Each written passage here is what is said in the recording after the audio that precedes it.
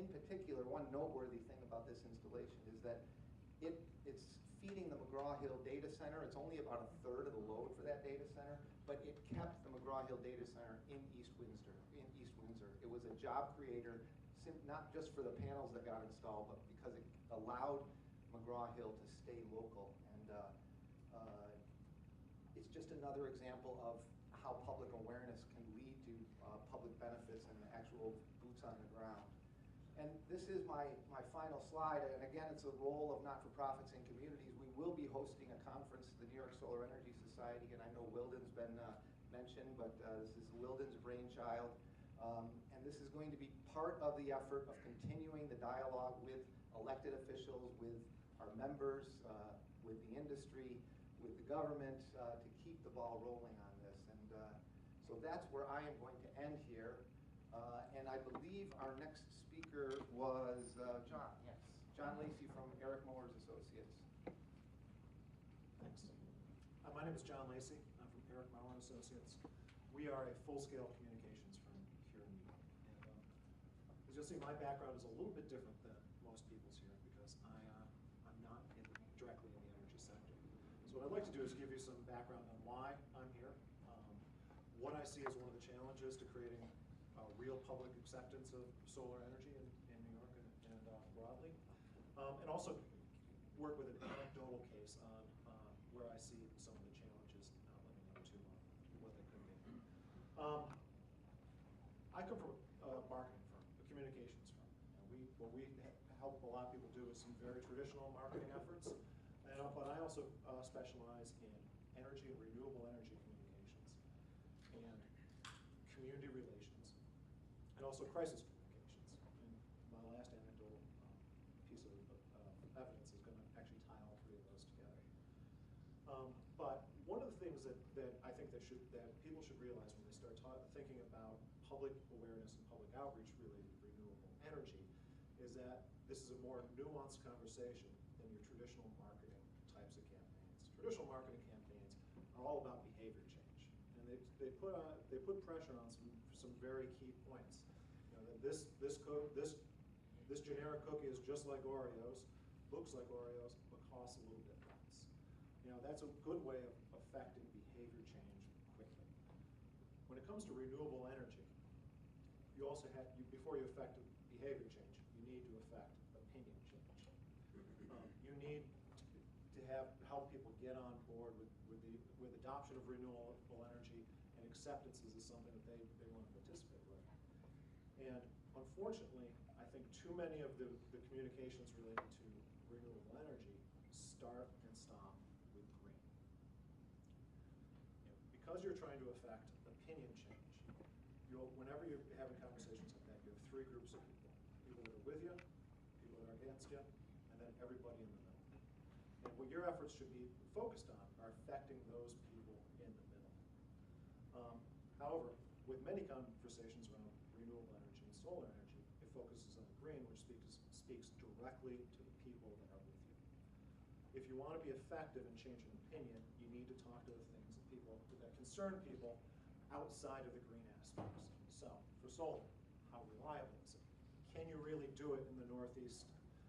Am I going to have to give up my hot showers? You need to start addressing those things if you are going to affect opinion change for that vast middle and have people accept renewable energy as part of their energy mix. And then lastly, to the anecdotal part, and I think it's always instructive to look at a similar technology and its adoption in a similar space. Over the past 10 years, New York has seen the resurgence of wind energy. And some of the toughest, nastiest, dirtiest fights when it comes to public outreach have to do with the siting of these facilities. You know, if you want to see a full contact zoning board meeting, go to a town where they're trying to site a 150 megawatt facility. And I've been involved in quite a few of these. And what I've seen is that you have two very different cases. You've got the companies that go into a town and start talking about the green aspect, and only the green aspect. Those are the ones that tend to fail. You know, you've probably seen the ads. You've got a beautiful pasture with some cows in it and a wind turbine in the background. And some tagline that talks about the winds of change and renewable energy stop that. Those are the ones that tend to be unsuccessful. It's the companies that go into town, they talk about the things that are germane to the people who live around these facilities and matter to them, in addition to the green.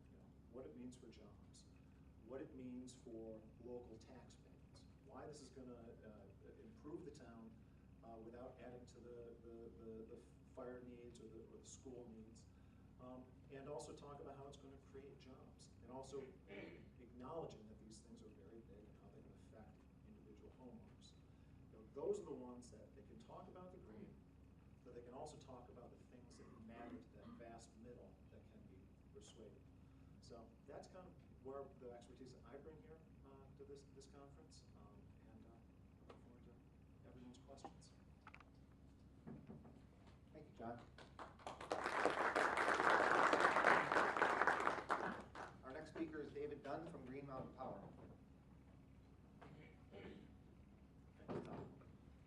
Thank you, everybody. I just want to reiterate, I appreciate the opportunity to be invited to come and talk in New York State. Interestingly enough, I've lived for 20 years in Vermont and worked in Vermont. I continue to work in Vermont, but I'm actually a New York State resident now, so this is all very important to me and very tangible to me.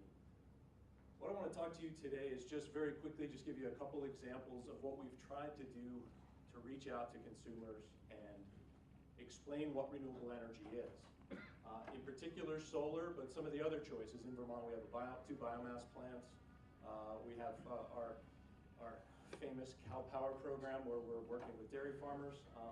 And the idea of how do we tell people, here it is, come and look at it, and get more to the middle, as John had just mentioned.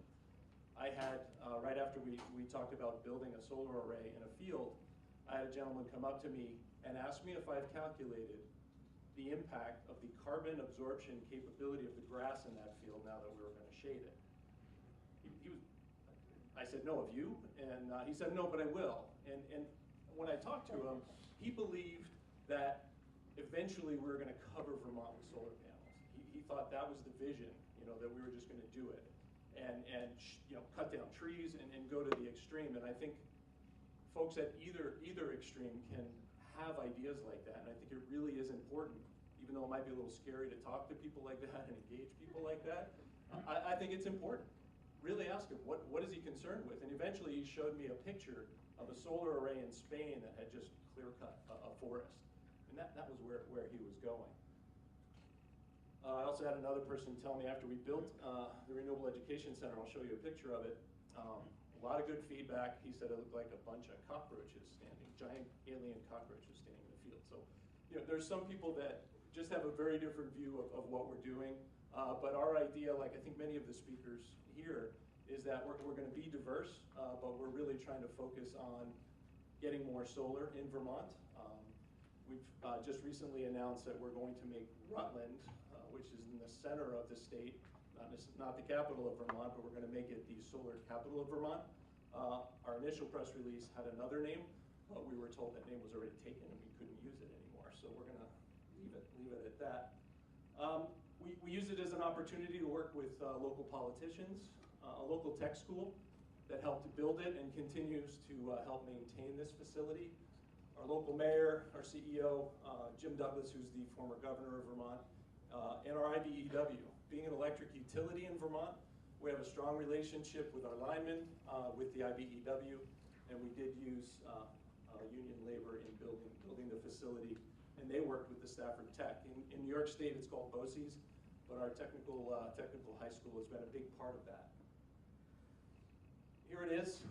We found that a lot of solar arrays were being built on roofs, and you could talk about it all day, but put something in people's face and all of a sudden you start to hear a little bit more from customers. This is on Route 7, pretty highly trafficked road. It's only a 2-lane highway, but it's really the only main north-south on that side of the state, on the western side of the state. Not very big, 50 kilowatts, but it gives people an opportunity to get up close and personal. We have some interpretive signs, but we also have a volunteer group of employees within the company that we've trained through the Vermont Energy and Education program to not only talk about solar, but talk about biomass, talk about wind, talk about hydro. And students from, literally from kindergarten all the way up to college students, groups of adults, groups of teachers have come through. We do focus, I was talking to Elizabeth the other day, we do focus a lot on the, the K through 8, but it's the 3rd and 4th graders, I think, who haven't gotten old enough to be shy, and they're young enough and bright enough to ask some really good questions. I've gotten some extremely good questions from them, and they're so excited, we get emails from their parents afterwards. So that's how the word starts to spread. And besides, there's Tim and Kim giving the tour here. We've all had a chance to do it.